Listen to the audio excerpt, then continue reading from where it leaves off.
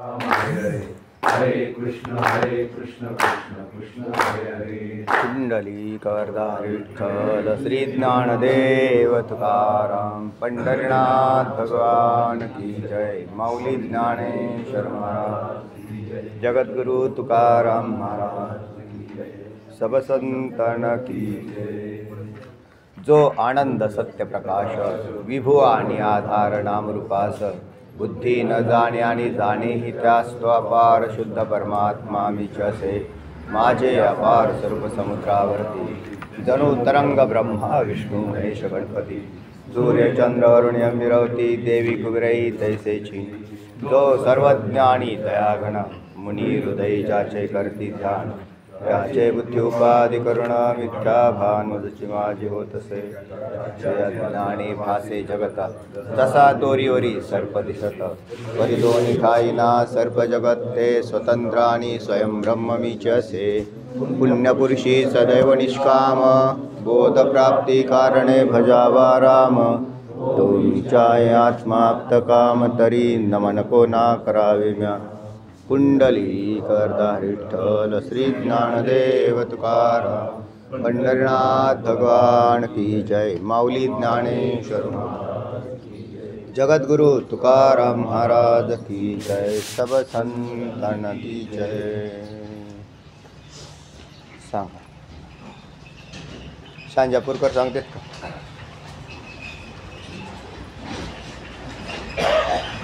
नाही सांगते.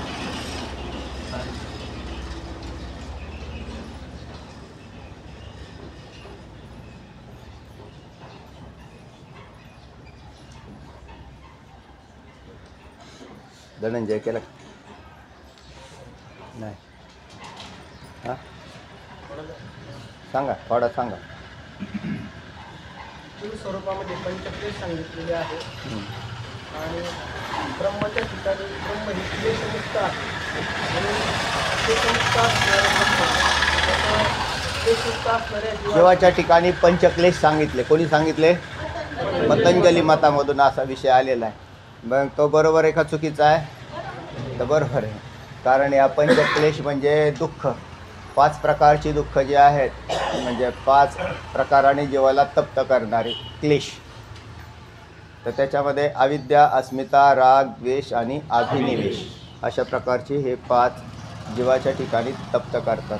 ब्रह्माच्या ठिकाणी या 5चा अभाव आहे. कारण निर्गुण निराकार तत्वाच्या ठिकाणी हे क्लेश लागत नाहीत.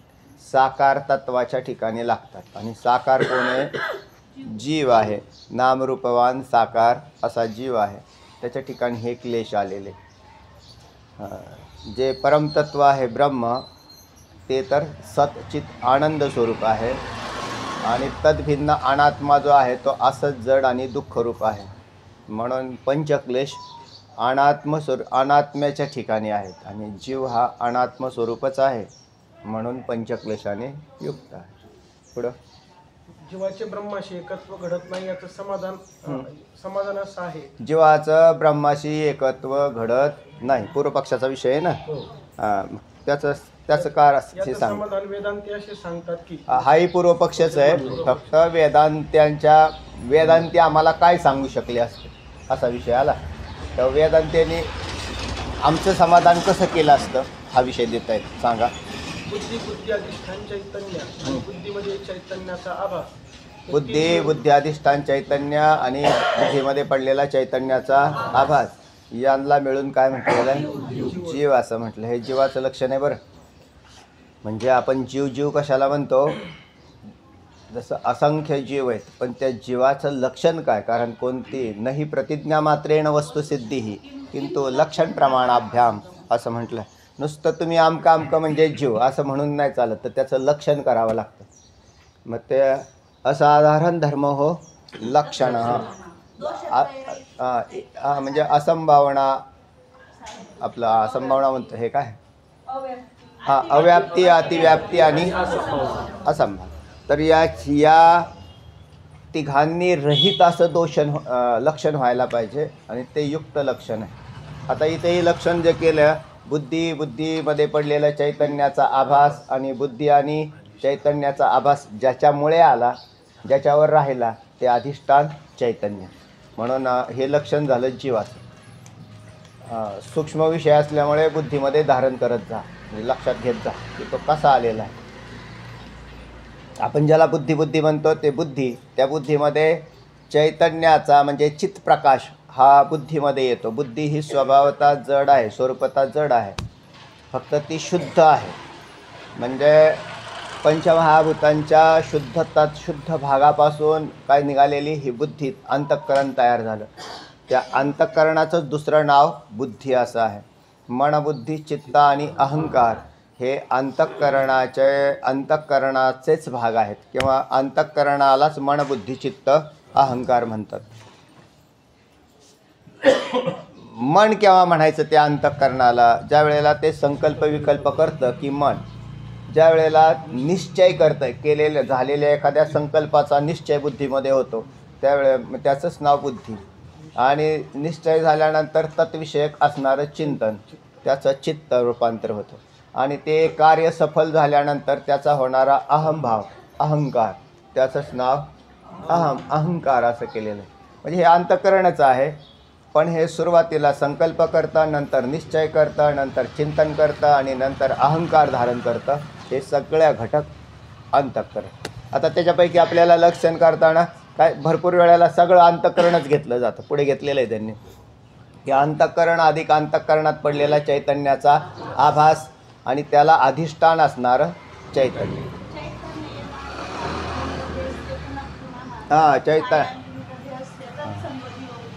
पंचदशिकार म्हणतात. चैतन्य अधिष्ठानम लिंगदेहस्य पुनः चिच्छाया लिंगदेहस्य तत्संगो जीव उच्यते, असं पंचदशीमध्ये लक्षण आलं.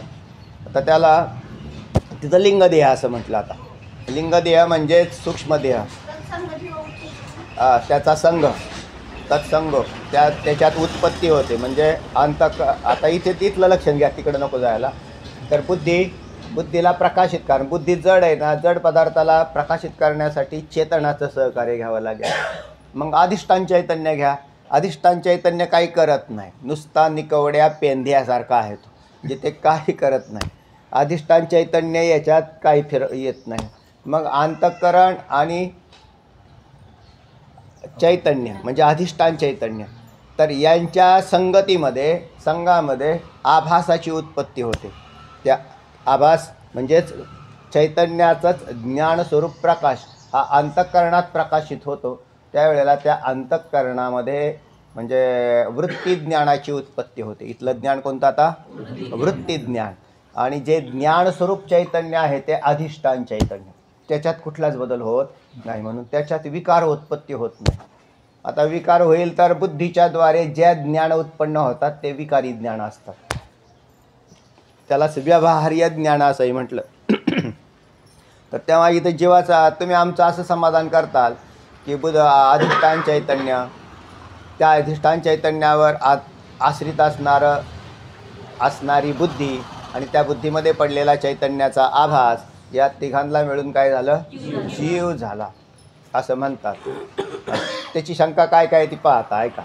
बुद्धी अधिष्ठान चैतन्य साक्षी, आत्मा, कंपदलक्ष, प्रत्यक अशी नावं आली. वेगवेगळी नावं येतात.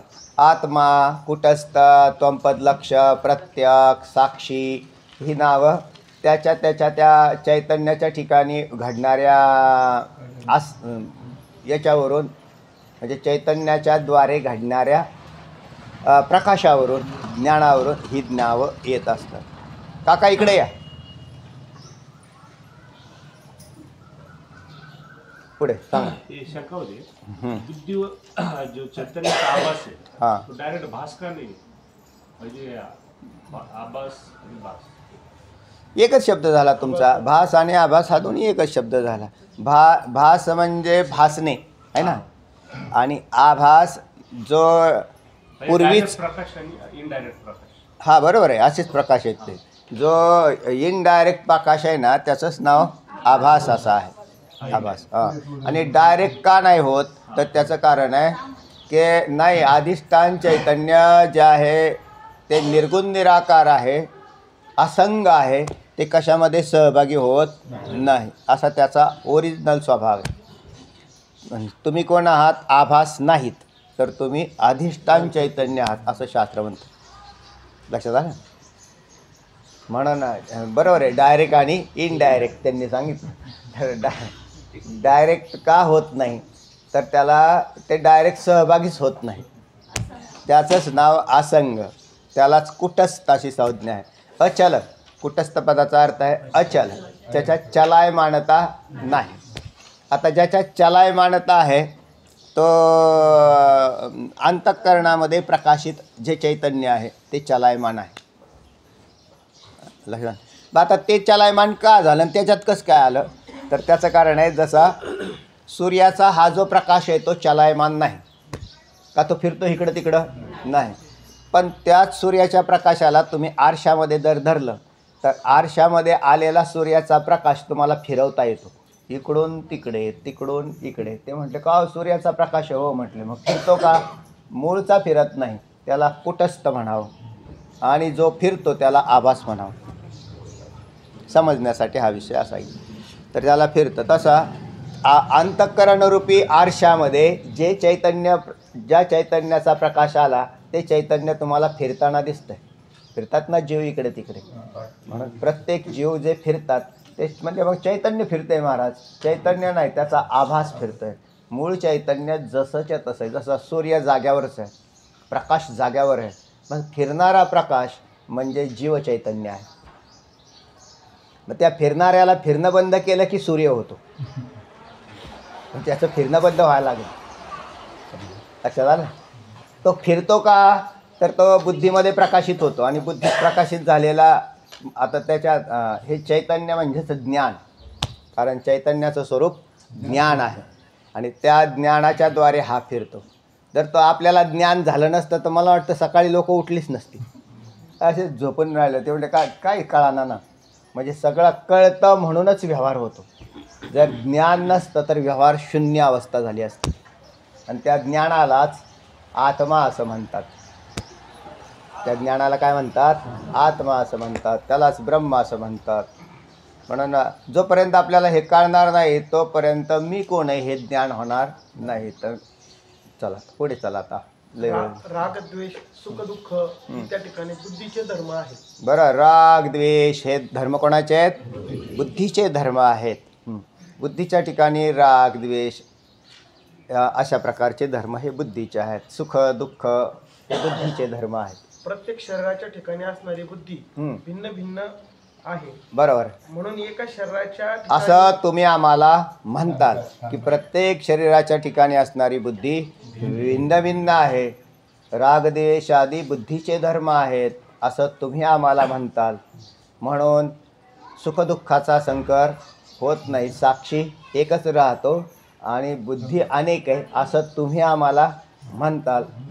अशी पूर्वपक्षाच्या अनुवादात शंका वेदांताचा अनुवाद आहे. हां, बुद्धीचा भेद मानला म्हणजे सुख दुःखाचा संकर होत नाही. हां, आणि बुद्धी अधिष्ठान चैतन्य, बुद्धी अधिष्ठान जो साक्षी आहे तो सुख दुःखादी क्लेशरहित व एक आहे, म्हणून त्याचं ब्रह्माशी ऐक्य होण्यास हरकत नाही असं तुम्ही म्हणतात. अशी वेदांताला पूर्वपक्ष शंका करून म्हणतोय. हां, कारण आता आतापर्यंत हे आणि हा वेदांताचं म्हणणं आहे का नाही? बरोबर आहे. जे आत्ता जो विषय नमूद झाला हा विषय वेदांती म्हणलेच असते, पण त्यानेच सांगितलं की बुवा मी अभ्यास केलेला आहे आणि माझा अभ्यास झालेला असल्याने तुम्ही काय म्हणणार आहे हे मला माहिती आहे. चला, वेदांत मतात अधिष्ठान चैतन्य, बुद्धी आणि चैतन्याचा आभास या तिघांचं नाव जीव असलं तरी जीव शब्दाचा लक्ष्यार्थ हा साक्षी त्याचे ब्रह्माशी ऐक्य होण्यास हरकत नाही. जीव शब्दाचा लक्ष्यार्थ जो साक्षी त्याचे ब्रह्माशी ऐक्य होण्यास हरकत नाही. चला, झाला. आता तुम्ही बोलले होते. प्रति शरीराच्या ठिकाणी बुद्धीचा भेद मानल्यामुळे सर्वांची सुखदुःखे सर्वांना कळावीत असाही दोष राहत नाही. त्याला संकर असं म्हणतात. दोष का? कारण बुद्धी अनेक मांडली आणि चैतन्य एक मांडलं तर सुखदुःखाचा संकर होत नाही. बरोबर आहे. सुखदुःखाचा संकर असं तुम्ही आम्हाला म्हणताल, परंतु चला इथून पुढे शंकेचा खास विषय सुरू झाला. परंतु हे वेदांताचे म्हणणे बरोबर नाही. परंतु हे वेदांताचं म्हणणं बरोबर नाही. म्हणजे अभ्यास केल्याशिवाय शंका तयार करता येत नाही. बिगर अभ्यासाची शंका कशी काय तयार होईल? काही का होईना तुम्ही जर घर्षण केलं बुद्धीमध्ये तर मग तुम्हाला शंका उत्पत्ती होईल. एक शंका, ज्याला काहीच कळत नाही त्याला शंका अजिबात नसते, आणि ज्याला सगळंच कळतं त्याला शंका अजिबात नसते. मग शंका कोणाला असते?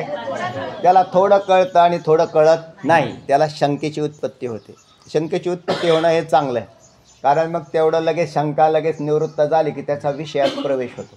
हा विषय सूक्ष्म असल्याने शंका असली की लगेच प्रगट केली पाहिजे, नाही तर ती जर तशीच ठेवली तर ती शंका पुढे जाऊन मोठं कुरूप तयार करत. चला, जीवाला मी करता आहे, मी भोगता आहे, याचं ज्ञान आहे. हां, जीवाला मी करता आहे, भोगता आहे असं ज्ञान आहे का? मी साक्षी चैतन्य असं ज्ञान आहे? नाही. प्रत्येक जीवाला मी करता आहे, भोगता आहे असं ज्ञान आहे. पुढे वंद्यापुत्राप्रमाणे वंद्यापुत्राचे कोणाचंही ज्ञान नाही म्हणून तो जसा नाही त्याप्रमाणे वंद्यापुत्र गेल्या वेळेस तुम्ही शंका केली मला वंद्यापुत्र कोणाला म्हणायचा, तर एक कल्पित भाग आहे. तसा वंद्या या पदाचाच अर्थ असा आहे की जिला पुत्र होत नाही तिचं नाव काय केलेलं आहे? वंद्या. तिला वंद्या म्हणतात. आता वंद्या पुत्र ही डबल कल्पना झाली, म्हणजे त्याची परत कल्पनेचा विस्तार झाला. वंद्या पुत्र हा केवळ शब्द मात्र झाला का स्वरूप मात्र आहे? स्वरूप मात्र नाही, तर शब्द मात्र आहे. शब्द मात्र म्हणजे नुसतं शब्दाने म्हणायचं, जसं शशशृंग हे काय झालं? शब्द मात्र, स्वरूप मात्र नाही, कारण सशाला कधी शिंग उगवलंच नाही. आकाशात फुलं फुलली म्हणजे आकाशात फुलं कशी काय फुलली म्हणजे शब्द मात्र. कवी कल्पना करतात अशा, किंवा आकाशात फुले फुललेली आहेत. गंधर्व दुर्ग काय पाडावे, शशविशान काय मोडावे, होवावे मग तोडावे, खपुष्पकी. माऊली ज्ञानोबरायांनी केलेली होय. चला, हां, जे आभास वापरतो आपण, चैतन्याचा आभास, जे आभास शब्द साक्षी म्हणून वापरतो तो शब्द. साक्षीचा प्रकाश म्हणजे आभास. तुम्हाला गेल्या वेळेस दृष्टांत देऊन सांगितला होता, बाहेर सूर्याचा प्रकाश पडलाय का नाही? शब्द जो साक्षी वापरतो ना, जिथं आभास आहे तिथं साक्षी राहील नाही. साक्ष हा स्वतंत्र शब्द आहे. साक्षी या पदाचाही अर्थ प्रकाशित करणारा असा होतो, परंतु मूळ चैतन्याला धरून साक्षी शब्द येतो. मूळ चैतन्य, जसे आपण तुम्ही म्हटला ना डायरेक्ट आणि इनडायरेक्ट, तसा इनडायरेक्टला काय म्हणजे येतं? आभास शब्द येतो, आणि डायरेक्टला साक्षी येतो. चला, वंद्यापुत्राचे कोणाचंही ज्ञान नाही म्हणून तो जसा नाही तसं साक्षीचेही कोणाचंही ज्ञान नाही.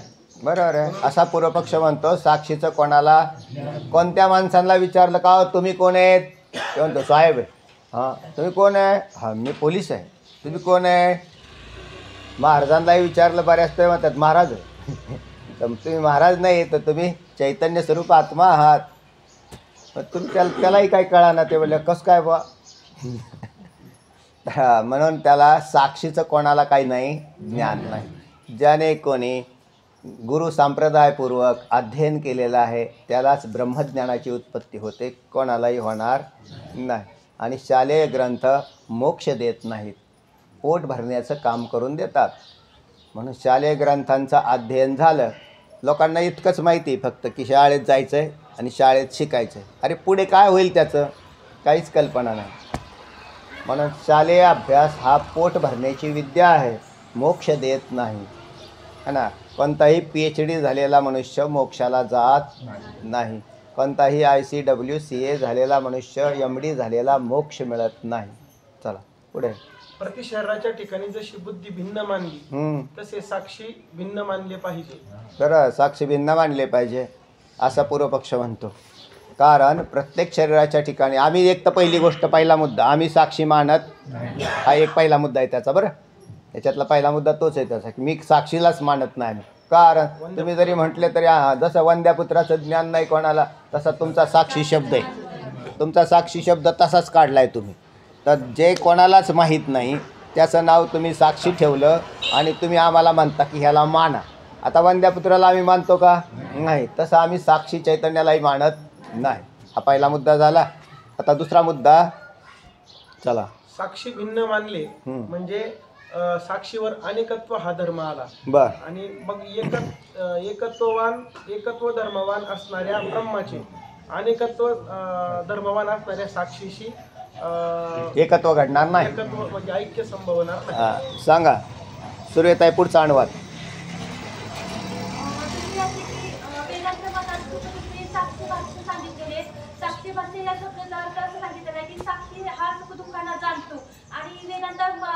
साक्षी हा सुखदुःखाला जाणतो असा जो शब्द प्रयोग झालाय हा चुकीचा आहे. कारण चैतन्य जीवाच्या सुखदुःखाला जाणत नाही. जसा सूर्याच्या प्रकाशात अनेक व्यवहार चालतात. आपले जगाचे व्यवहार सूर्य उगवल्यावर चालतात ना. जगात किती काही चांगले व्यवहार करतात, विहित करतात, काही निषिद्ध करतात, काही चोऱ्या करतात, काही दान धर्म करतात. हे सगळे व्यवहार कोणाच्या प्रकाशात चालतात? पण सूर्य ते जाणत नाही. कारण तो म्हणतो तुमचं तुम्हाला काय करायचं आहे ते करा, माझं काम एकच आहे तुम्हाला प्रकाशित करणं. आणि तुम्हाला प्रकाशित केलं की तुमचे व्यवहार करा, काय करायचे ते तुमचे तुम्ही पहा. हा पुरीचे व्यापार जैसे सूर्याचे प्रकाश आहे.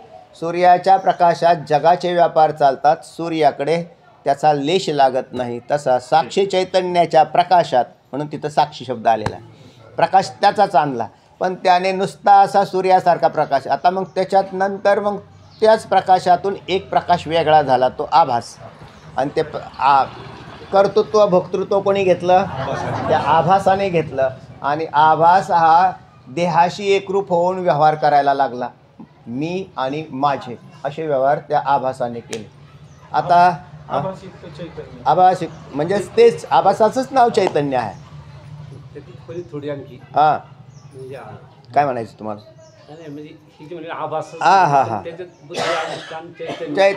त्याच्यामध्ये आलेला तो आहे ना, तोच फक्त काम करतो आभास. म्हणून आभासयुक्त जे जीव चैतन्य, त्याचं नाव जीव चैतन्य असं केलं आहे. आणि तो या करता आणि भोगता असतो. आणि ते अनेक आहेत, हे बरोबर आहे. पण साक्षी अनेक नाही, तर अधिष्ठान एकच आहे. पण तो म्हणतो मी मानत नाही, कारण आम्हाला दिसतच नाही. आता आपल्याला कशाने साक्षीचं ज्ञान होईल? डोळ्यांनी. तर तेव्हा इंद्रियांना अगोचर असणारा हा आत्मा, त्याचं ज्ञान कसं होईल? तर इंद्रियांच्या मार्फत होणार नाही. पुढे जाऊन तो म्हणतो मी तरी काचा साक्षीला अनेक मानतो, याचे कारण मीमांसा खाली आली. केलाय का अभ्यास? नाही केला?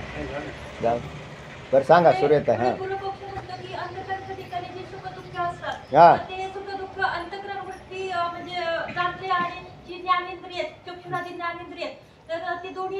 पहा, एक तर ज्ञानाची साधनं, त्याला करण असा शब्द येतो शास्त्रामध्ये. करणे असा शब्द येईल बऱ्याच वेळेला, अजून आला असेल किंवा नसेल, पुढे येईल. म्हणजे इंद्रियांना करण असं म्हणतात. आता त्याच्यात इंद्रियात सगळी इंद्रिय काही ज्ञान स्वरूप म्हणजे ज्ञान करून देत नाही, तर फक्त 5 ज्ञानेंद्रिय ज्या आहेत ते ज्ञानाचं काम करतात. मग त्या 5 ज्ञानेंद्रिय कोणती?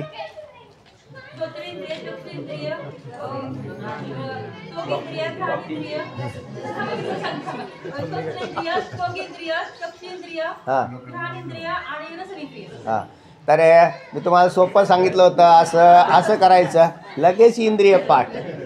हे श्रोत्र, पुढे गेलं की त्वचा लागली, त्वचेच्या पुढे चक्षु, चक्षुच्या खाली आणि खाली झालं. हे 5 ज्ञानेंद्रिय ज्ञान करून देतात. आता ज्ञान कोणतं? तर त्यांच्या विषयांची. म्हणजे त्याचा आता तो पंचकरणामधला विषय आहे, इतका नको तिकडं जायला. पण आपापली, जसे आता श्रोत्रेंद्रिय, तर श्रोत्रेंद्रिय म्हणजे हा कर्ण चाफा झाला. नुसतावरचे काय म्हणतात त्याला? कर्ण चाफा. शुष्कुली हे म्हणजे काही कान नाही, तर याच्या आतमध्ये अत्यंत सूक्ष्म इंद्रिय आहे. जे इंद्रिय कान नाक घसा या डॉक्टरांना सापडलं नाही. नाक कान घसा हे डिपार्टमेंट आहे ना एक. जसं डोळ्याचे डॉक्टर हे स्वतंत्र आहेत, ते नाक कान घासामध्ये नाही आहेत. पण म्हणून चक्षुरेंद्रिय कोणत्याही नेत्रतज्ञाला सापडलं नाही. लक्षात घ्या बरं, त्याची गोलकं सापडली. श्रोत्रेंद्रिय कोणत्याही नाक कान घसा तज्ज्ञाला सापडलं नाही, तर त्याची गोलकं सापडली, म्हणजे ते राहण्याचं ठिकाण सापडलं. आता ते जर बिघाडलं तर त्याच्यात दुरुस्ती करण्याचं काम ते नाक कान घसा तज्ज्ञ करतात. किंवा डोळ्याच्या मध्ये काही पडदा फिरदा काही घोटाळा झाला, मोतीबिंदू आला, आणखीन कसला बिंदू आला, तर ते काम नेत्रतज्ञ करतात. पण नेत्रतज्ञाला स्वतःलाच याचं ज्ञान नाही की नेत्रेंद्रिय कुठे आहे, कारण ते अदृश्य स्वरूप आहे. डोळ्याने कसं दिसतं हे नेत्रतज्ञ सांगू शकत नाही, ते फक्त स्ट्रक्चर सांगतात त्याचं, त्या डोळ्याचं स्ट्रक्चर असं आहे आणि मग असं दिसतं म्हटलं असेल. पण आमच्या महाराजांनी प्रश्न केला होता एका सुप्रसिद्ध नेत्रतज्ञांना. ते म्हटले, त्यांचं ते सगळं ऐकून घेतलं कारण डोळ्याचं शिबिर होतं आणि ते बसलेले होते. त्यांनी सारं विश्लेषण केलं महाराजांच्या समोर. ते म्हटले, आम्ही असं केलं, आम्ही फॉरेन रिटर्न आहोत, बाहेरच्या देशात जाऊन फार आपली मशनरी प्रगत झालेली, आम्ही तिकडचं ज्ञान संपादन करून आलो. आणि असं मी असं खाली बसलेलो होतो, महाराज इथे आणि ते असे. तेवढं सगळं अर्धा तास लेक्चर ऐकल्या महाराज म्हटले, वा वा वा, किती छान आहे, किती छान आहे. आणि ते म्हटले, का हो हा ताई, हे माणसाला कसं काय दिसतं, कसं काय दिसतं? ते म्हटले, डोळ्याने दिसतं. डोळ्याने दिसतं तर मेलेल्या व्यक्तीलाही डोळाच असतो, त्याला का दिसत नाही?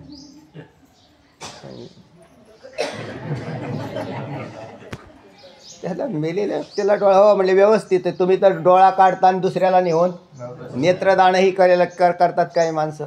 मग त्याच्यातला काढून तिथं नेला, मग त्याच्यात गेल्यावर त्या डोळ्याला का दिसतं? आणि ज्या वेळेला हा बॉडी पडलेली असते त्याला काही तासामध्ये करतात ना, काही मिनटामध्ये करावं लागत असेल ते, त्याला नेत्र काढून इकडे तिकडे ट्रान्सफर करायला. तर हे शरीराचा भाग आहेत. हे ट्रान्सफर कशाच्या आहेत? असं समजू नका की त्याचं इंद्रिय नाही. तो जो मूळचा व्यक्ती, ज्या व्यक्तीला चैतन्य आहे ज्याच्या शरीरात, त्याच्या शरीरातही नेत्रेंद्रिय अस्तित्वात आहे. ते नेत्रेंद्रिय या नेत्रेंद्रियाचं म्हणजे स्थूल नेत्रेंद्रियाचं सहकार्य घेऊन ते नेत्रेंद्रिय असतं. कोणाला असं वाटेल की जो मेलेल्या व्यक्तीचा डोळा जर काढला आणि त्याच्यातलं चैतन्य त्याच्यात गेलं का काय, म्हणजे मिसळ झाली का काय? तर असं नाही आहे ते. तर याच्यात काय बदल केलेला आहे? तर गोलक काढले, आणि गोलक म्हणजे मी नाही किंवा गोलक म्हणजे इंद्रिय नाही, हेही सिद्ध झालं. म्हणजे विज्ञानाच्या द्वारे सिद्ध झालं. विज्ञान चांगलं आहे आपल्याला, म्हणजे अध्यात्माला विज्ञान पोषक आहे. आणि हे कळालं बी किंवा हे केलं, पण त्या जी व्यक्ती मेलेला आहे तो त्याचं नेत्रेंद्रिय घेऊन निघून गेला. त्याने खाली नेत्रेंद्रिय नाही ठेवलं, गोलक ठेवलं. त्याला जाळायचं असलं तर जाळा, ट्रान्सफर करायचं असेल तर करा. चला पुढे. तर या ठिकाणी प्रथम म्हणजे ज्ञानेंद्रिय सुखदुःखाना जाणते हा विषय सांगितलेला आहे. बरोबर. की ज्ञानेंद्रिय हे जाण्याचे साधन जरी असले तरी शरीराच्या आतमध्ये जे अंतःकरण आहे तर ते अपंचीकृत पंचमहाभूतांपासून बनलेलं आहे आणि त्यांना म्हणजे ज्ञानेंद्रिय जाणू शकत नाही. त्याला ज्ञानेंद्रिय जाणू शकत नाही. नवीन कोणी अभ्यास केला का? नाही केला. इकडे दीदी, मस्केताई केले का अभ्यास? नाही केला. हा अभ्यास करत जा. कळाला नाही कळालं तरी अभ्यास करत जा. अजून कोणी केला आहे? सगळे माना खाली घाला नाही.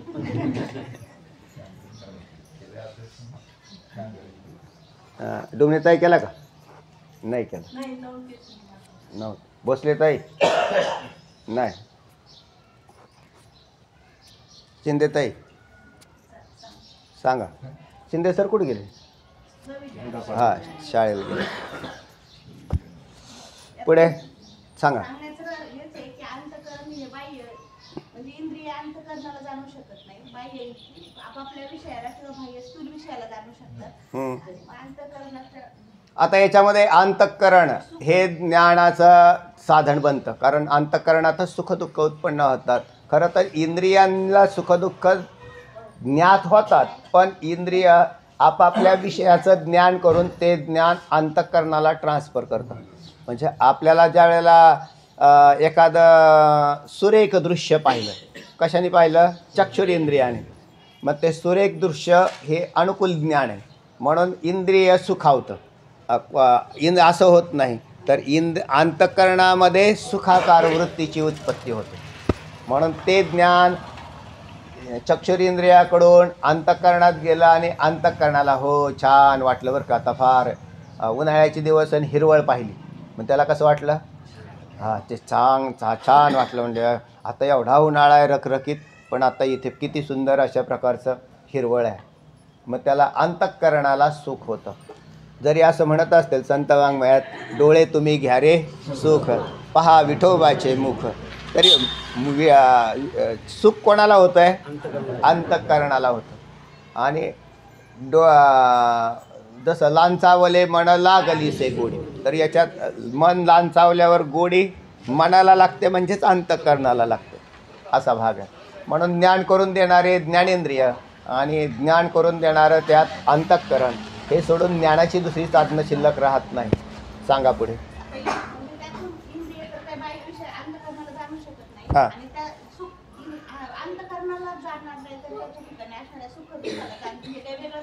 हां म्हणा. आता इंद्रिय नाही जाणू शकत आणि जाणण्याचं साधन अंतःकरण आहे, आता ते पण नाही जाणू शकत, हे तर ते कसं जाणू शकत नाही. हां जसं अंतःकरण वृत्ती बाह्य. आता अंतःकरण सुखदुःखाला जाणतं, पण हा म्हणतो अंतःकरण जाणत कसं नाही हे सांगतो. तो साक्ष, त्याला काय करायचं? अंतःकरण जाणतं हे नाही सांगायचं. पूर्व पक्षाला साक्षी जाणतो असं म्हणायचं, कारण त्यांनी आधीच सुरुवातीलाच म्हणला होता की सुखदुःखाला साक्षी जाणतो, म्हणून त्याला साक्षी भाष्य म्हणतात. असं चुकीचं आपल्या डोक्यात टाकायचा प्रयत्न केलेला आहे. चला.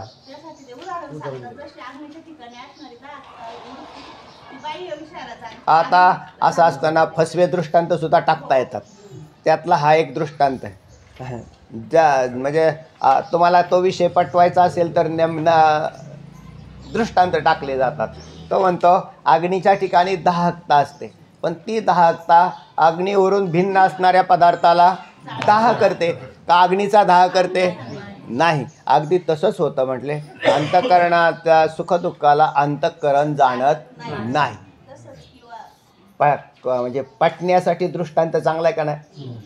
किंवा एखाद्या व्यक्तीने डोळ्यात काजळ घातलं, तर काजळ घातलं तर त्याचं त्याला दिसतं का? नाही दिसत. तसं अंतःकरणातल्या सुखदुःखाला अंतःकरण जाणत नाही. पटलं?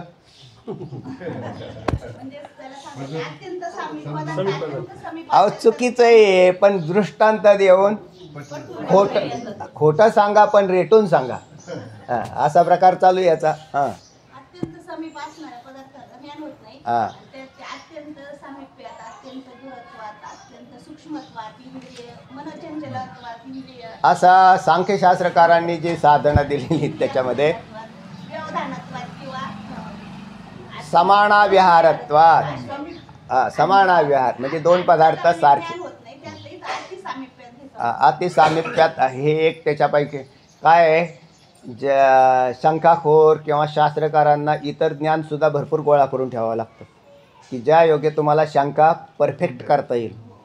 म्हणून ते याचा विचार केला आहे की अत्यंत अतिसमीप्य असणाऱ्या पदार्थाचं ज्ञान होत नाही. या मुद्द्यावर त्यांनी काय केलं? अंतःकरण सुखदुःखाला जाणत नाही, तर साक्ष सुखदुःखाला जाणतो असं पटवून दिलं. हां ज्याला वकील व्हायचं असेल ना, तर त्याने विचारसागरला येऊन बसावं, म्हणजे त्याला त्या आपाप त्या बुद्धीला चालना मिळायला लागेल. याच्यामध्ये सगळे आणि भरपूर ॲडव्होकेट मंडळी आहेत बी जे काय झाले, वकील मंडळी अभ्यासाला चिंतनात राहतात. तिकडेही होते अण्णांकडे 5-7 वकील अभ्यासाला होते. आता म्हणजे याच्यामुळे काय होईल की तुम्हाला त्याची खोली कळाली पाहिजे. बरं आता हा विषय तर इतका स्थूल नसतो. जसं आता या मोबाईलचं ऑपरेशन करायचं ठरलं तर हे स्थूल आहे का नाही हो? म्हणून मोबाईलचा कोर्स तुम्हाला करायला काही अडचण नाही, कारण त्याच्यात काय होईल की त्याचं ते कसं काढायचं, कुठून कसं पॅक केलेलं आहे काय, तर हे स्थूल आहे. पण आता इथे तुम्हाला अंतःकरण दिसतं का? समोर आहे का? नाही. अंतःकरणाचे स्पेअर पार्ट नाही, तर हे तुम्हाला बुद्धीमध्ये आणायचे आणि तुम्ही त्याचं ऑपरेशन करायचं. मग आता त्याच्यातच हा विषय चाललेला आहे की अंतःकरण नावाचा काय घटक आहे. हे तुमच्याकडे वास्तविक तो पदार्थ आहे आणि त्याचं ज्ञानही आहे, पण त्या पदार्थाला तुम्ही जाणत नाहीत, असा विषय येतो. म्हणून अंतःकरण कसं बनलेलं आहे याचा पंचीकरणामधून विषय तुम्हाला पाठीमागच सांगितलेला आहे की अपंचकृत पंचमहाभूतांच्या 7व्या अंशापासून त्याच्यात अर्ध्या 7व्या अंशाचं अंतःकरण झालं असं शास्त्र म्हणतं. तर त्या एका शरीराच्या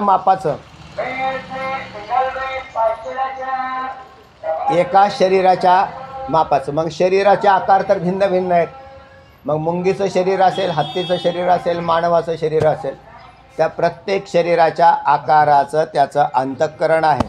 तुम्हाला जर हे आतली स्ट्रक्चर कळाली ना, रचना, जे वैद्यकीय शास्त्राच्या पलीकडचा विषय चालू येतो, कारण वैद्यक शास्त्राला हे ज्ञान नाही. तर त्याच्यात म्हणून त्याला अध्यात्मशास्त्र हे असं नावच आहे, अध्यात्मशास्त्र. मग त्या अंतःकरणाचं जरी दृश्य नसेल तरी तुम्ही त्याला जाणू शकता. जे पदार्थ दृश्य नसतात ते अस्तित्वात नसतात असं नास्तिक म्हणतात. पण त्यांना विचारले, बाबा तुला अंतःकरण आहे का? तो म्हणतो आहे ना, दाखव. ते म्हणले नाही ना दाखवत आहेत. का हो, लाईट आहे का? ते म्हटले लाईट दिसते का तरी आम्हाला? इलेक्ट्रिसिटी दिसते का? नाही. मग तारा दिसतात का? नाही. तारा दिसल्यावर लाईटची कल्पना नाही केली. बल्ब लागल्यावर इलेक्ट्रिसिटी आहे असं म्हटलं.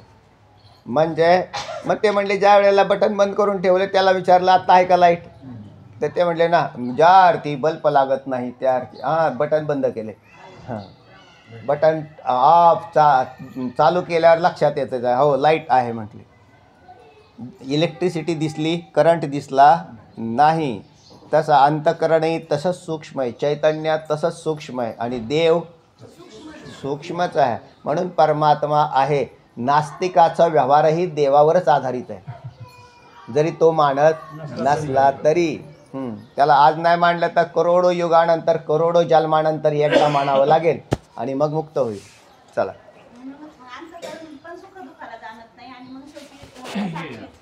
हां बोला.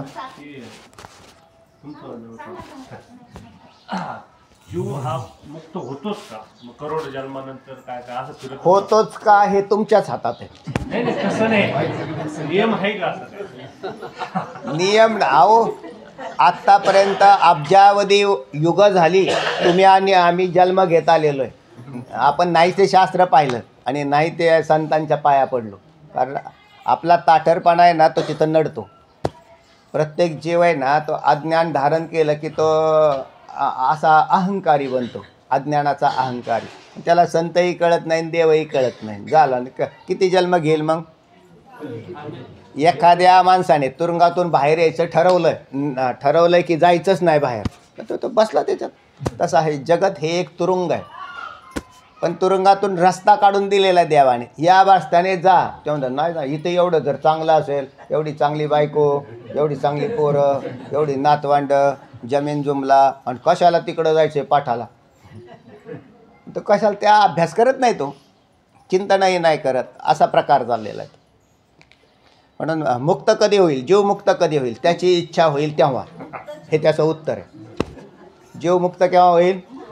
जेव्हा त्याची इच्छा होईल तेव्हा. आता मुक्तच आहे पण दुःख भोगतो ना, म्हणून बद्ध म्हणावं लागतं. मुक्त होता परी घेऊन या छंद माझे माझे. आणि मग तो छंदही टाकत नाही. ज्याला छंद टाकावा अशी वृत्ती जन्माला आली की मुक्त होतो. परमार्थ हा मोक्षासाठी दिलेला आहे. परमार्थ देवाला खुश करण्यासाठी नाही.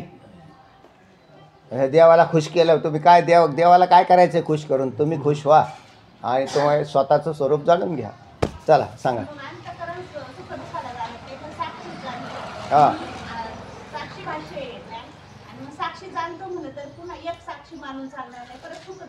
हा, म्हणजे त्याला त्याचा मुद्दा स्पष्ट करायचा होता. बरोबर आहे.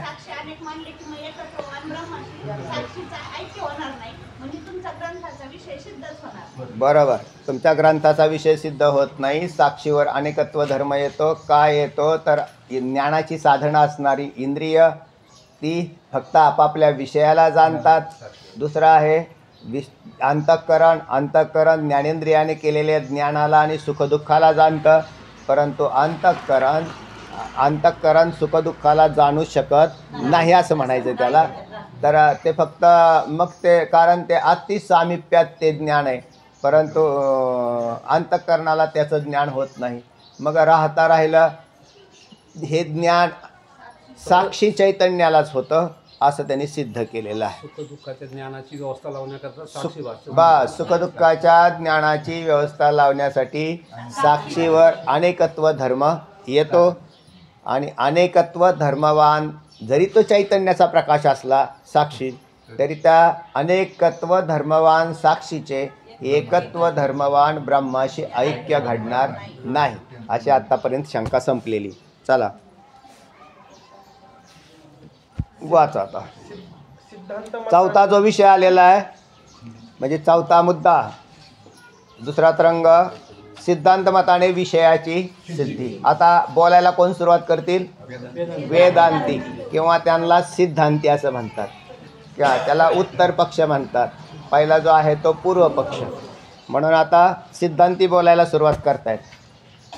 शंका संपली. हां, सिद्धांत मताने विषयाची सिद्धी. हां, जीवब्रह्माची एकता हा ग्रंथाचा विषय सिद्ध आहे. पहा, जीवब्रह्माची एकता हा ग्रंथ. तुला ऊन लागतं का रे भाऊ? इकडे इकडे का नाही येऊन बस, ऊन लागत असेल खांदवे साहेब? नाही. जीवब्रह्माची एकता हा ग्रंथाचा विषय सिद्ध आहे. जीवब्रह्माची एकता, पण कोणत्या जीवाची? तर पारमार्थिक जीव धरायचा तिथे. आता जीवाचं ब्रह्माशी एक होतं. जीवाचं ब्रह्म, तुम्ही जर उपाधीसहित जीव धरत असाल, कारण तिथं जीव शब्द आलेला आहे, म्हणून पारमार्थिक असा जीव धरावा लागेल तुम्हाला. हां, तर तेव्हा असा जे कोणी, किंवा तोमपद लक्ष असा जो जीव आहे त्याचं ब्रह्माशी ऐक्य होतं. चला, अंतःकरण आणि वेदांती सुद्धा उपाधीने ऐक्य दाखवत नाहीत. वेदांती सुद्धा उपाधीच्या द्वारे ऐक्य दाखवत नाहीत. उपाधीने ऐक्य होणारच नाही. चला, अंतःकरण. हां, जीवाची व्याख्या अशी करते, आभासित चैतन्य. हां, जीवाची व्याख्या बरं. आभासित चैतन्य असं करावं. पण नुसतं आभासी चैतन्य हे जीव होणार नाही. त्याच्यात 3 गोष्टी टाकाव्या लागतात. एक अंतःकरण. आता बुद्धी म्हणजेच अंतःकरण, हे तुम्हाला सांगितलं, आता परत सांगायची गरज नाही. तर अंतःकरण, पण अंतःकरण हे पंचमहाभूतांपासून बनलं. पंचमहाभूत स्वरूपात जड आहेत. जड आहेत म्हणजे जे स्वतःला जाणत नाहीत आणि जे दुसऱ्याला जाणत नाही त्याला जड असं म्हणतात. प्रत्येक लक्षणं लक्षात ठेवत चला ना. हे लक्षणं जर मला कळत गेली की तुमचे विषय उकलत चालतील. जड जड कशाला म्हणतात? जड म्हणजे वजनदार पदार्थाला जड म्हणतात असा अर्थ नाही. आपण व्यवहारात जड जड जड म्हटल्यावर जड म्हणजे काय म्हटले? हां, दगडाला आम्ही जड असं म्हणतो महाराज. हा बरोबर आहे, दगड जडच आहे, पण दगड स्वतःला जाणत नाही आणि दुसऱ्यालाही जाणत नाही. आम्ही त्याला जाणण्यावरून लक्षण केलं, वजनावरून नाही केलं. सरपंच लक्षात आलं? म्हणजे जाणणं. दगड स्वतःला जाणतो का मी दगड आहे म्हणून? नाही. बरं, तो रस्त्यात पडलेला आहे, उठून जावं, महाराज रस्त्याने चाललेले असं म्हणतो का तो? तसाच पडून झाला. तसे काही माणसं इतके जड असतात. तुका म्हणे ऐसी बुद्धी ज्याची जड, त्यावरून दगड बरे देवा. हा, म्हणजे कारण शेवटी मानवामध्ये सुद्धा श्रेष्ठ काय आहे? बुद्धी आहे. बुद्धी. हां, बुद्धीचे वैभव अन्यण आहे तुझे, एका केशवराजे सकळ सिद्धी. तर बुद्धी श्रेष्ठ आहे. म्हणून न जाणं, म्हणून नुसतं आता अंतःकरणाला जीव म्हणता येत नाही. बरं, कुटस्थ चैतन्याला जीव म्हणता येत नाही, कारण ते निर्विकारी आहे आणि असंग आहे. झालं, हे दोन्ही वरचे घटक संपले. आता कसं काय करायचं बा? जीव कसा होईल? तर ज्या वेळेला हे कुटस्थ चैतन्याचा, जसं तुम्हाला माहिती आहे का, जास्वंदीचं फूल घेतलं आणि त्याच्यावर एक स्फटिक ठेवला, तर त्याच्यामध्ये रक्ततेची उत्पत्ती होते. स्फटिकामध्ये लाल रंग दिसायला लागतो, पांढरा शुभ्र स्फटिक, आणि तो जास्वंदीच्या फुलावर ठेवला, काय दिसायला लागलं? लाल रंग. पुरे आमच्याकडे टेबलवर ते पेपरवेट होते, ते असे काचेतले, ते त्याच्यामध्ये ते दिसायचे, पण त्याच्यात असे लाल सर, खालून जर त्याला असा लाल असेल तर पूर्ण त्या काचेमध्ये काय दिसायचा? लाल सरता अशी दिसायची. तसा मग त्या स्फटिकामध्ये जे लाल रंगाची उत्पत्ती झालेली का नाही, लाल रंग आला का नाही. अगदी तसाच अंतःकरणामध्ये या चैतन्य म्हणजे कुटस्थ चैतन्य त्याच्यावर अंतःकरण आलं बरोबर, ती त्याच्यात काय झालेली आभासाची उत्पत्ती झाली. म्हणून ते आभास नुसता आभासाच्या द्वारे जीव सिद्ध होत नाही, अंतःकरणाच्या द्वारे सिद्ध होत नाही, नुसतंच अंतःकरण म्हणून चालत नाही, आणि कुटस्थ चैतन्य नुसतं म्हटलं तरी जीव सिद्ध होत नाही. म्हणून या तिघांना धरून जीवाची उत्पत्ती होते असं म्हणावं लागेल. म्हणजे जीव सिद्ध झाला. जीव आणि अंतःकरण वेगळं. अंतःकरण हा एक घटक झाला जीवाचा, जीवातला एक घटक झाला, पूर्ण जीव नाही झाला. लक्षात आलं ना. तसं साक्षी म्हणजे हा कुटस्थ चैतन्य हा जीवाचा एक घटक बनू शकतो का नाही, बनू शकतो. अधिष्ठान रूपाने एक, पण कुटस्थ चैतन्य जीव नाही, अंतःकरण जीव नाही आणि आभास जीव नाही, पण तीन एकत्र केले जीव आहे. हां चला येणारे अजून विषय आहेत पुढे. हां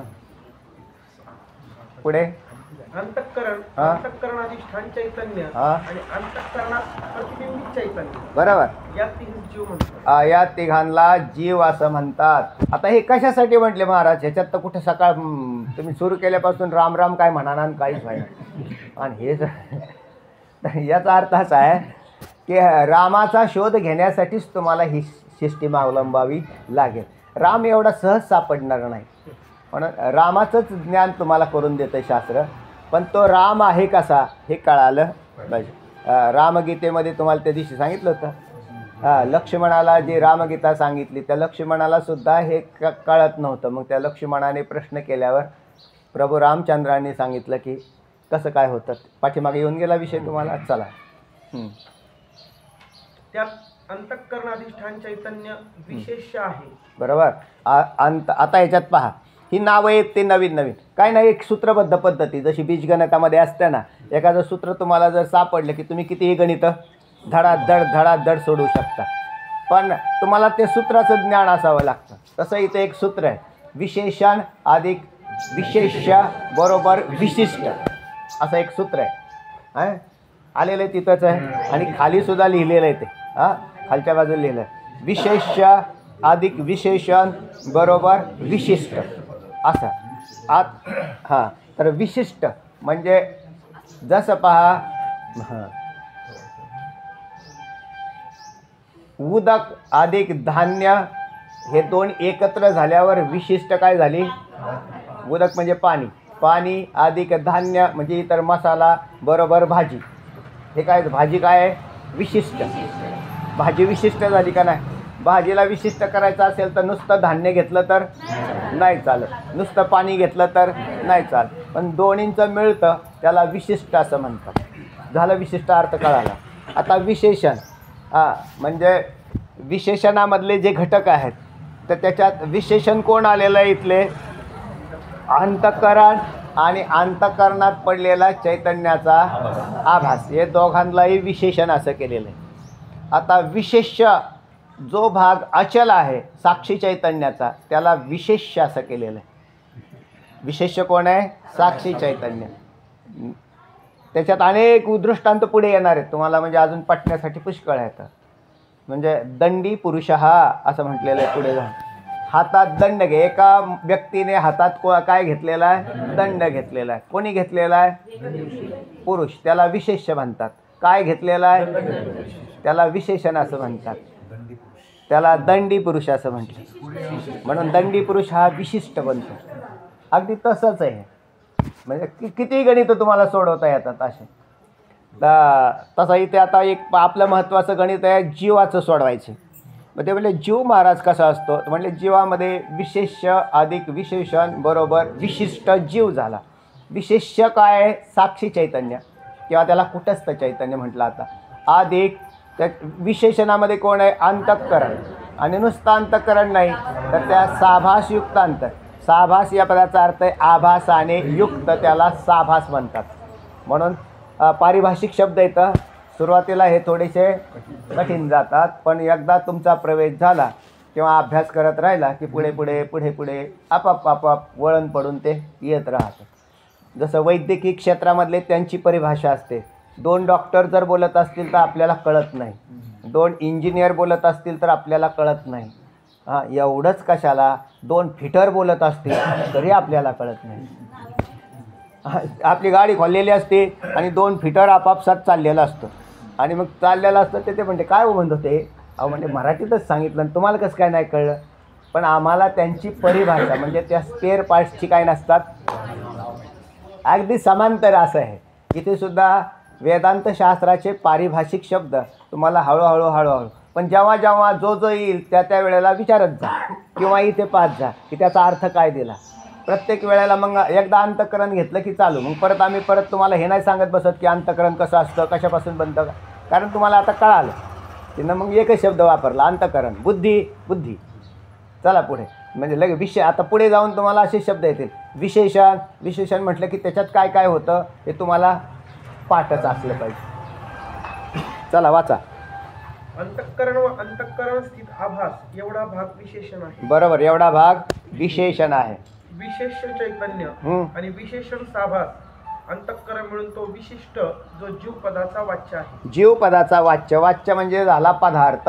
वाच्य पदाचा वाच्य, वाचक असे पद येतात. ज्याचं नाव असेल तर त्याला वाचक म्हणतात आणि ज्याचं नाव असतं त्याला वाच्य म्हणतात. लक्षात आलं. ज्याचं नाव, जसं कोणाचंही एखाद्या व्यक्तीचं नाव स्वराज, हे काय झालं, वाच्य का वाचक. स्वराज हे आणि प्रत्यक्ष व्यक्ती तो वाच्य म्हणजे तो पदार्थ. तसा प्रकार हा म्हणजे त्याचं नाव वाच्य. आता जीव पदाचा वाच्य असा एक पदार्थ बनला. कोणता म्हणतात तर विशेष अधिक विशेषण या दोघांनी बनलेला विशिष्ट हा जीव पदाचा वाच्य आहे. म्हणजे तो एक प्रॉडक्ट बनला, तुमचा पदार्थ तयार झाला. म्हणून जीव अनंत बनले. तुम्ही आम्ही कोण आहोत, जीव आहोत. असे जीव अनेक बनले, अनेक जीव आहेत. चला, कारण हे जीव कसे बनले ह्याचं विश्लेषण करून दिलं तुम्हाला शास्त्राने. तुम्ही कसे बनलेले आहात आम्ही तर कधी डोकंच नाही लावलं. आम्हाला वाटत होतं हे देह म्हणजेच आम्ही आहोत, पण तुम्ही देह नाही. मग तुम्ही हा देह तर फारच वरती आला. त्याच्या आतमध्ये जे जसं तुम्हाला आत प्रवेश केला, म्हणजे हा प्रवेश कशाने केला, तुमच्याच बुद्धीने केला. आणि बुद्धीमध्ये ही श्रेष्ठता आहे. त्यावेळेला तुम्हाला कळालं की एक देह नाही, 3 देह आहेत. मला व्यक्तीला किती देह आहेत, 3 देह आहेत. स्थूल देह, सूक्ष्म देह, कारण देह. आणि मग त्याच्यात कारण आणि सूक्ष्माचा जो संघात आहे तो जीवाचा वाच्य आहे. तो जीव स्वरूप बनलेला आहे. कारण आणि सूक्ष्म हे 2 एकत्र राहतात. जोपर्यंत ब्रह्मज्ञान होत नाही तोपर्यंत तिथं त्यांच्यामध्ये फाटाफूट नाही. हां, जीव पदाचा वाच्य म्हणजे आता ते झाली दिलेलं हेच लक्षण आहे. अंतःकरण विशिष्ट चैतन्य जीव पदाचा वाच्य. बरोबर आहे. ते कारण ते विशिष्ट झालं ना. आता विशिष्ट चैतन्य कोणतं आहे, सामान्य चैतन्य वेगळं आहे, ते याच्यामध्ये येत नाही. म्हणून याच्यामध्ये दोन्ही जे विशिष्ट झालेलं चैतन्य हे साभासयुक्त चैतन्य, जे अंतःकरणाने युक्त आणि साभासयुक्त हे जीव पदाचा. पण मग तरीसुद्धा अधिष्ठानाला याच्यामध्ये काय करायचं नाही, आपण आणायचं नाही, कारण ते असंगच राहतं. आता पहा, हां काय तिघं एकत्र आल्यावरच त्याला जीव असं म्हणायचं. आणि जोपर्यंत अंतःकरण असा शब्द प्रयोग करताल तर तो जीवपणाचा द्योतक नाही, पण अंतःकरण धर्मांचा द्योतक आहे. कारण असं म्हटलं त्याच्या मनाला काय वाटलं असेल बुवा, त्याच्या मनाला असं तरी तिथं आपण म्हणतो किंवा त्याच्या जीवात, कारण तिथं जीव संबंधानेच वाटणे हा शब्द प्रयोग घडतो. म्हणजे समजा सुख वाटणं किंवा दुःख वाटणं, सुख दुःखसुद्धा अंतःकरणाला होणार नाहीत, चैतन्याला होणार नाही आणि आभासालाही होणार नाही. तर या तिघांचा मिळून सुखदुःखाच्या उत्पत्त्या व्यवहार करतात. लक्षात आलं. म्हणजे ते वाच्य जीवाच्या ठिकाणीच ही प्रक्रिया घडते. जसं ज्ञान झालं तरी या जीवाच्या ठिकाणी ज्ञान होतं. अधिष्ठान चैतन्याला ज्ञान होत नाही आणि अंतःकरणालाही ज्ञान होत नाही. मग म्हणले नुसत्या आभासाला धरू, आभासालाही नाही तर अंतःकरणयुक्त आभासाला असं म्हणावं लागतं. मग ते स्थूल सूक्ष्म आणि कारण तिघही झाली त्याच्यात एकत्र आलेले. परंतु ज्या वेळेला स्थूल आहे ना, आपण ज्या वेळेला जीवाचं चिंतन करायला लागतो, जीव जरी स्थूल शरीरात राहत असला तरीसुद्धा सूक्ष्म शरीराच्या शिवाय ही प्रक्रिया घडत नाही. तर स्थूल शरीराचा हा भाग आहे. जायचं आहे का तुम्हाला? जा पुढे. विशिष्टापैकी विशेषण आणि विशेष यापैकी कोणत्याही एका पदार्थाचा स्वीकार केला नाही तर विशिष्ट जो जीव आलं का त्याचे स्वरूपच सिद्ध होणार नाही. हा, जर समजा विशिष्ट किंवा विशेषण यापैकी कोणाचा स्वीकार केला, आता विशेषणामध्ये दोघंही म्हणजे आभास आणि अंतःकरण या तीन झाले. तसे तीन गोष्टी तिथं, यातल्या तिघांचाही धरूनच जीव होतो, कोणालाही एकाला जीव म्हणता येणार नाही. चला पुढे. कोणत्याही राजसेवकाच्या ठिकाणी राजसत्तांश दिसत नाही म्हणून मानला नाही तर त्याचे राजसेवकत्वच नष्ट होईल. हा, तो म्हणला होता ना, मी नाही साक्षी मानत. मग तू साक्षी मान नाही तर मानू नको. कितीतरी नास्तिक लोक सुद्धा देव मानत नाहीत. पण मानले नाही मानले म्हणून देवाचं काय बिघडलं? देवाचं नाही, तुझंच बिघडणार आहे. कारण तू चैतन्याला मानत नाहीस, ज्याच्या सत्तेने सगळे व्यवहार करतो आणि ती सत्ताच मानत नाहीस. का हो? एखादा राजसेवक, कोण आहे का इथलं राजसेवक? आता राजसेवक म्हणजे राजाच्या सत्तेचा अंश धारण करणारे. जसे आता आमचे जवक साहेब होते. हां, मग जवक साहेब काय होते? तहसीलदार, नायब तहसीलदार. मग आता हे नायब तहसीलदार तर ते ह्यांची हे शरीर ह्यांचं नायब तहसीलदार होतं तर यांच्यात सत्तेने प्रवेश केलेला होता. जोपर्यंत ते रिटायर नव्हते तोपर्यंत त्यांच्यात सत्तेने प्रवेश केलेला होता. दिसली का तुम्हाला सत्ता? पण ह्यांच्या सैनी कामं होत होते. लक्षात आलं ना तुम्हाला? त्यांच्या सहीने कामं होत होते. ते म्हटले ते म्हटले ना तहसीलदार नाही तिथं. तहसीलदार मग थांबा म्हटले, माझी घेऊन जा. एखादा म्हटलं अरे तुझ्यात राजसत्ता काम नाही करत, नाही तर कोणाच्याही सह्या कोणी करेल नाही. मग तिथं काय व्हायला लागेल? तिथं सत्ता काम करते. सत्ता तुम्ही मानता का? तुम्ही कलेक्टर ऑफिसला गेले, कलेक्टरमध्ये राजसत्तेचा अंश आहे हे तुम्ही मानता का? मानावं लागेल, चालणार नाही ते. म्हणून राजसत्ता जर कशा तुमची शरीरं चालतात का? पण त्याही नास्तिकाला म्हटलं तुझं शरीर चालतं का? तर नाही. तुझ्या शरीरात जे चैतन्य आहे, आभासयुक्त चैतन्य जोपर्यंत आहे, चैतन्याचे दोन भाग, एक चैतन्य नित्य असतं त्याला सामान्य म्हणतात आणि एक जातं येतं त्याला विशेष म्हणतात, त्यालाच आभास म्हणतात. म्हणून मृत्यूच्या वेळेला आपल्या शरीरातून कोण बाहेर पडतं? कोणतं चैतन्य? त्याला म्हणायचं जीव चैतन्य. सोपं आहे. मग तो जीव असा बाहेर पडला आणि मग तो शरीराला टाकून दिला त्याने. मग त्याच्या कर्मगतीनुसार त्याच्यावर कर्माचे हिशोब लावलेले, तो दुसऱ्या शरीरात प्रवेश करतो. आत्मा प्रवेश करत नाही आणि आत्मा बाहेरही निघत नाही. तर कारण या विश्वात आत्मे किती आहेत? नाना नाहीत का? नाही. तर या विश्वात आत्मा एकच आहे. मग एखादा मनुष्य मुक्त झाला तर कोण मुक्त झाला? आत्मा नाही मुक्त झाला, कारण तो मूळचाच मुक्त आहे. म्हणून जीवाच्या ठिकाणी असणारा आभास काय होतो? मोक्ष मिळतो त्याला. आभासाला मोक्ष मिळाला, आत्म्याला मोक्ष मिळाला, तो मुक्तच होता. पण मुक्त होता तर म्हणले जखडला कसं काय गेला? तर तो आभास जखडलेला आहे, म्हणून मोक्ष आभासाला आहे. चला पुढे. त्याप्रमाणे सर्व व्यापक ब्रह्मचैतन्याचा जेवढा भाग अंतःकरणास अधिष्ठान रूपाने आहे, बरोबर, त्याचं कुटस्थ, साक्षी, आत्मा वगैरे नावे आहेत. कुटस्थ जो स्थ आहे, हलत नाही, चालत नाही, कसा आहे? स्थित आहे, तो अजिबात हलत नाही. त्याचं नाव त्याचं सोनाराच्या ऐरणीप्रमाणे. सोनाराच्या ऐरणीवर किती दागिने घडतात? अनेक दागिने तयार होतात. ऐरण नाही हल्ली म्हणून तिला कुटस्थ, ते सोनाराच्या ऐरणीप्रमाणे असं म्हटलेलं आहे. तिथं उल्लेखच तसा केलेला आहे.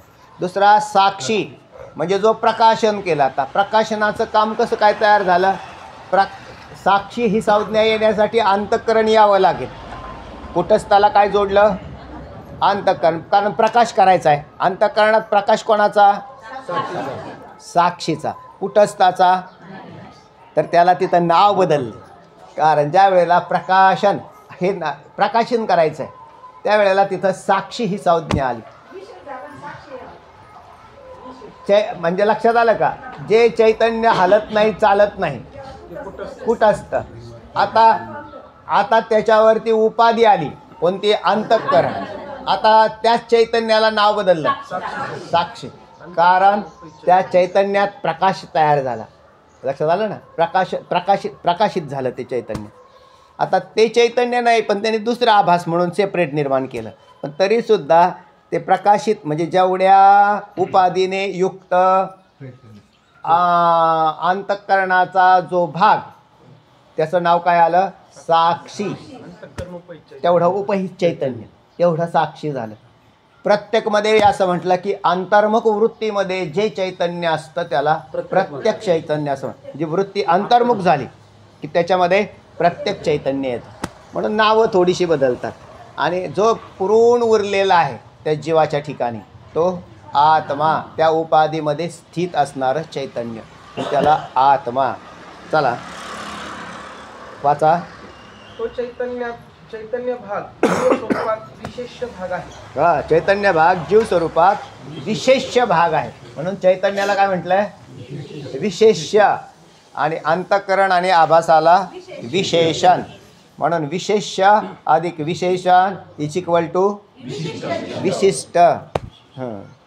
तो वंध्या पुत्राप्रमाणे असत आहे असे पूर्वपक्षी म्हणतात. बरोबर आहे. तो वंध्या पुत्राप्रमाणे असत आहे असं पूर्वपक्ष म्हणतो. अरे बाबा, तुला ते दिसलं नाही म्हणून लगेच असतचा शिक्का मारून बाजूला झाला की दिसत नाही. पण जशी राजसत्ता दिसत नाही पण कार्य घडवून आणते, तसा चैतन्य दिसत नाही पण जीवरूपी कार्य घडतंय का नाही? सामासाठी जोडीत सकळ वस्तू. म्हणून राजमुद्रेची अक्षरे ज्याच्यावरती रिझर्व्ह बँकेच्या गव्हर्नरची सही असते त्याच्यावरती कागदाचा तुकडा चालतो. नाही तर तुमचे कागद काढा वयाचे फाडून. ते म्हटले हे घ्या 500 रुपये. ते म्हटले नाही चालणार का, हे पैसे नाही चालणार, कारण त्याच्यावर काय नाही? राजमुद्रा नाही. म्हणून कागद दोन्ही सारखेच पण एकावर राजमुद्रा. आता आपला जो विषय आहे तो सत्तेचा आहे. म्हणून चैतन्याच्या सत्तेने जगाचे व्यवहार चालतात. चैतन्य संपूर्ण विश्वात कसं भरलेलं आहे हे शास्त्र तुम्हाला सांगतं. ते तुम्ही जर बुद्धी सूक्ष्म केली तर कळेल, पटेल, रुचेल आणि अंगीकार